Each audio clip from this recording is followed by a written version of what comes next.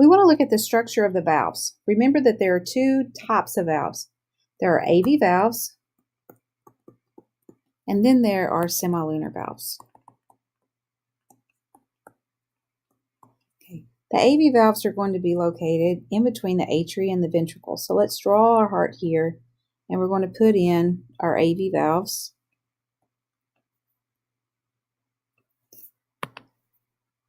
AV valves are going to have structures called chordae tendineae attached to them. So let's have our green AV valves. AV valve looks like this right here. It's real floppy like this right here. We're going to have this, well, let's go ahead and just draw both of them as the ventricles are relaxed. Okay, the valves look like this when the ventricles are relaxed because the ventricles are filling up with blood, and the AV valves have to be open in order for that blood to enter the ventricles. Okay, now let's say that our ventricles are going to contract. When the ventricles are going to contract, we're going to, first I need to erase something. Okay, when the ventricles contract, it increases the pressure in the ventricles, and the blood's going to go back up towards the atria. So here, let's say their ventricles are now contracting.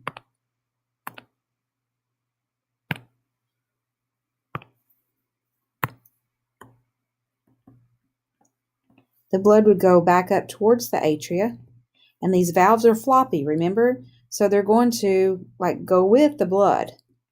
Okay, but remember that you have these structures called chordae tendineae attached to the valve. And so instead of going up into the atria like we've drawn it here, it's going to go into a structure like this right here. And you have the chordae tendineae attached to the valve so that it's going to it's going to prevent it from opening into the atria so that blood would flow into the atria. So let me do a little bit better job on drawing this second valve here. Let me erase it. Let me erase the valve here. Okay, and you can see that blood would go back up into the atria as our arrow is showing. The valve's floppy, so it's going to go back up too. And instead of opening up into the atria, the valve's going to go just like this right here. And what's going to prevent the valve from opening up into the atria are the chordae tendineae. So we're going to draw those in a blue color here. So that's the structure of the AV valves. AV valves are closed whenever the ventricles contract. AV valves would be open when the ventricles relax. Okay, let's look at our semilunar valves over here. The semilunar valves are going to be the aortic semilunar valve and the pulmonary semilunar valve. So let's draw, we'll pretend this is the aorta here. This is the left ventricle. There's the atria at the top, so we're going to be looking at the left ventricle.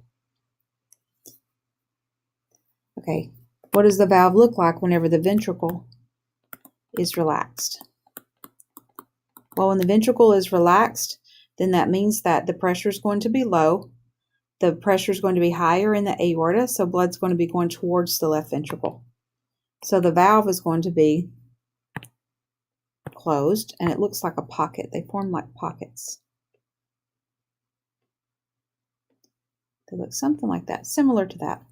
So whenever blood goes back towards or flows back towards the left ventricle or the right ventricle, the blood's going to backflow and the semilunar valves will close. As soon as the blood starts going backwards, they fill up with blood and they stop the blood from going into the ventricle. So now the ventricle is going to contract. When the ventricle contracts, it's going to increase in pressure, and the blood